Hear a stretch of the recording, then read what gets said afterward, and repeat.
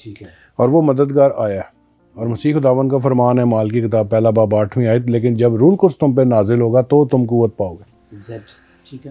اور تیسرا بھائی صاحب ہمیں اس میں جو مرکزی کردار ہے وہ پاک روح کا نظر آتا ہے. جی ٹھیک. چھوٹی سی بات میں یہ بھی کہنا چاہوں گا کہ ہم اکثر سنتے بھی ہیں اور کلام میں پڑھتے ہیں, اور مسیح خداوند کا فرمان ہے کہ تم ان کو باپ اور بیٹے اور روح القدس کے نام سے بپتسمہ دینا. ٹھیک ہے. تو کیا کبھی ہم نے غور نہیں کیا کہ ہم باپ بیٹا روح القدس کیوں کہتے ہیں؟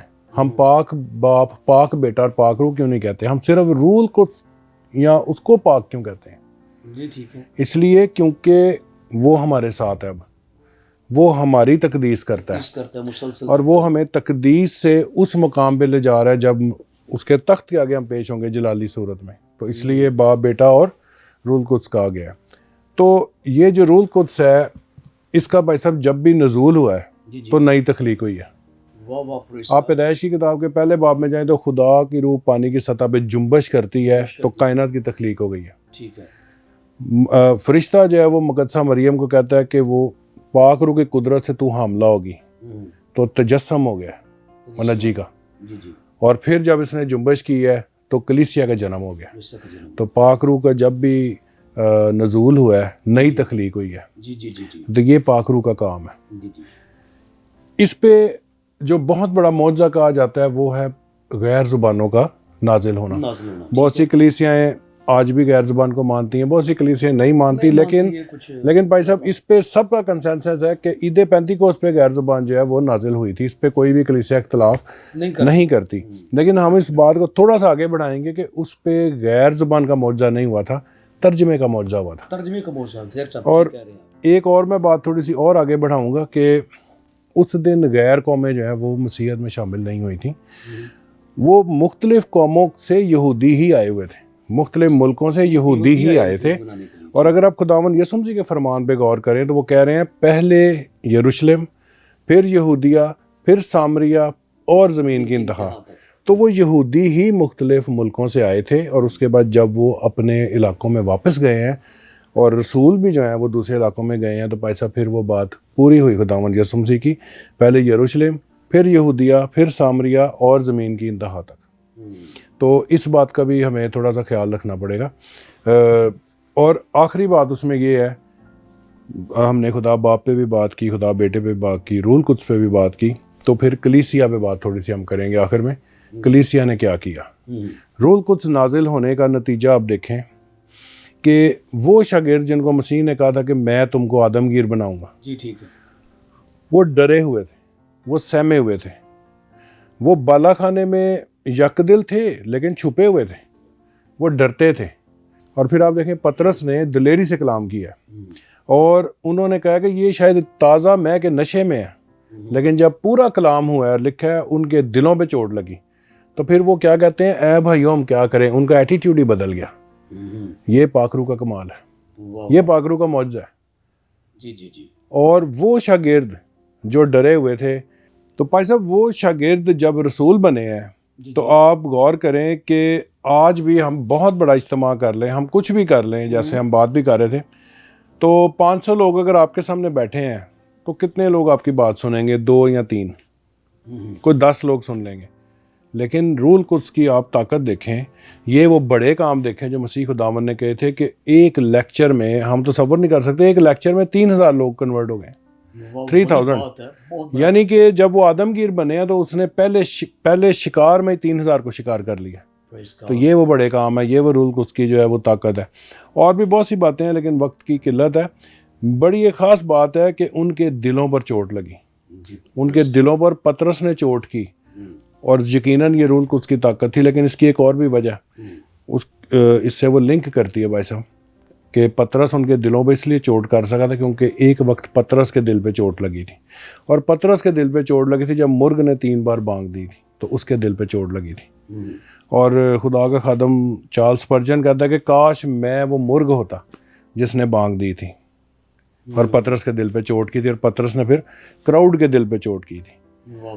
آخری بات میں یہ کہنا چاہوں گا کہ اس دن ہمیں روح کی نعمتیں ملی تھیں. روح کی نعمتیں جو ہیں وہ مل چکی ہیں کلیسیا کو, ٹھیک ہے, لیکن ابھی جو ریکوائرمنٹ ہے وہ روح کے پھلوں کی ہے. اب روح کی نعمتوں کی ریکوائرمنٹ نہیں ہے, وہ خدا نے دے دی ہیں. اور کسی کو کوئی نعمت ملی ہے, کسی کو کوئی نعمت ملی ہے, لیکن جو 8 یا 9 روح کے پھل ہیں وہ ہر آدمی نے سارے کے سارے ظاہر کرنے ہیں. آپ 1-2 پھل نہیں ظاہر کر سکتے جیسے 1-2 نعمت کسی کو ملی ہے. تو یہ ریکوائرمنٹ ہے. آپ اس طرح کہ اگر آپ کو کوسچن پیپر ملتا ہے ایگزام میں, تو آپ کوسچن پیپر پہ کوسچن ہی لکھ کے نہیں آ سکتے, آپ کو اس کے آنسر لکھنے پڑتے ہیں. تو اگر آپ کو روح کی نعمتیں ملی ہیں تو آپ کو روح کے جو پھل ہیں وہ ظاہر کرنے پڑیں گے. اور روح کے پھل ہم اسی طرح ظاہر کرتے ہیں کہ ہر جو مسیحی ہے, رسول فرماتا ہے یوحنا بپتسمہ دینے والا کہ میرے بعد جو آتا ہے وہ تم کو روح اور آگ سے بپتسمہ دے گا. روح کا بپتسمہ جو ہے وہ ہر اس مسیحی کو حاصل ہے جو خداوند یسوع مسیح کو اپنا شخصی نجات دہندہ قبول کرتا ہے. اور بھائی صاحب, آگ کا بپتسمہ ہوا ہے جس سے کلیسیا اس وقت گزر رہی ہے, جس سے روح القدس اس کو گزار رہا ہے. یہ مصیبتیں, یہ پریشانیاں, یہ لڑائیاں, یہ بیماریاں, یہ وہ ہے جس سے ایک مسیحی گزر رہا ہے. روح القدس اس کو گزار رہا ہے, تقدیس کی جانب لے کے جا رہا ہے. اور مکاشفہ کی کتاب میں لکھا ہے مجھ سے تپایا ہوا خالص سونا لے لیں. تو جب آپ آگ میں سے گزرتے ہیں تو آپ خالص سونا بن جاتے ہیں, اور پھر آپ اس نئے یروشلم میں جانے کے قابل ہوتے ہیں. تو ہمارے لیے ضروری ہے عید پینتیکوست کو اگر ہم نے منانا ہے تو ہمیں اس روح سے منانا پڑے گا کہ روح کے پھل کلیسیا کو مل گئے ہیں, اور روح کی نعمتیں جو ہیں وہ ظاہر کرنے کی ضرورت ہے. اگر روح کی نعمتیں ظاہر نہیں کریں گے تو پھر مسیح خداوند کہیں گے میری تم سے کوئی واقفیت نہیں, میرے سامنے سے چلے جاؤ. آمین. تو آپ سب کو عید پینتیکوست بہت مبارک. جی شکریہ جی برادر جی, خداوند آپ کو بہت ساری برکت دے. آپ نے مختلف زاویوں سے خداوند روح القدس کے نزول کو ہمارے ناظرین کے سامنے پیش کیا. خداوند تعالیٰ آپ کو اپنی کلیسیا کے لیے اور بھی زیادہ استعمال کرے. تو ناظرین, خدا کے خادمین نے اپنی آراز سے ہمیں متعارف کرایا اور بہت سارے بھیدوں سے پردہ ہٹایا اور منکشف کیا کہ ہمیں کیوں کر اور کس طرح عید پینتیکوست جو ہے وہ منانا ہے. تو جو بات ہمارے سیکھنے میں آتی ہے وہ یہ ہے, جس طرح بھی خدا کے خادم بتا رہے تھے کہ روح القدس جب بھی نازل ہوتا ہے تو تخلیق ہوتی ہے, ہمارے من کے اندر تخلیق ہوتی ہے. اور جس طرح خدا تعالیٰ نے حزقیل نبی سے کہا تھا کہ اس وقت میں تمہارے سینے سے پتھر یعنی سنگین دل نکال کر گوشتین دل ڈالوں گا, اور یہی بات یوئیل نبی نے روح القدس کے زمرے میں کہی. تو یوں خداوند کا وعدہ آج کے دن پورا ہوا, اور جو خداوند یسوع مسیح پر ایمان لاتا ہے, اور خصوصاً خدا کے خدام اس بات پہ متفق ہیں اور زور دے رہے تھے کہ اس کا تجربہ ہونا بے حد ضروری ہے. بے شک آج بہت سارے مسیحی ہیں جو نظریاتی طور پر تو روح القدس کو مانتے ہیں, لیکن عملاً ان کا کوئی تجربہ نہیں ہے. اور خدا کے خادم بتا رہے تھے کہ جب روح القدس آتا ہے تو دلیری آتی ہے. پھر آپ تبلیغ کرتے ہیں. وہ ڈرا سہما اور دبکا ہوا پطرس جو ڈرتا پھرتا تھا آج دلیر ہو گیا, کیونکہ روح القدس کا بپتسمہ اسے حاصل ہوا. تو جب میری اور آپ کی زندگی میں روح القدس آتا ہے تو ہمارے اندر خدا نئے کام کرتا ہے, دلیری آتی ہے, منادی کرنے کا جوش اور جذبہ پیدا ہوتا ہے, اور ہم ایک نئے مسیحی بن جاتے ہیں. یقیناً آپ نے ان ساری باتوں سے اور انتہائی باعث برکت مفید گفتگو سے برکت پائی ہے. میں ایمان رکھتا ہوں کہ آپ یقیناً تجربہ کریں گے اور دعا مانگیں گے تاکہ خداوند آپ کو روح القدس کا تجربہ دے. تو جڑے رہیے ہوشیانہ ٹی وی سے اور باخبر رہیے بائبل مقدس کے نت نئے گہرے بھیدوں سے, مکاشفات سے, تاکہ آپ شخصی اور خاندانی اور کلیسیا اعتبار سے ترقی کریں اور خداوند کا نام جلال پائے. اور میں اس کے ساتھ درخواست کرنا چاہتا ہوں کہ اب ہوشیانہ ٹی وی کے تمام جو پروگرامس ہیں وہ یوٹیوب پر بھی اویلیبل ہیں, اور وہاں پہ سرچ کر کے دیکھ سکتے ہیں اور برکت پا سکتے ہیں. اب اجازت دیں اپنے ہوسٹ پاسٹر پطرس صدیق کو. ملتے ہیں ایک نئے پروگرام کے ساتھ. خدا اب سب کے ساتھ ہو. آمین.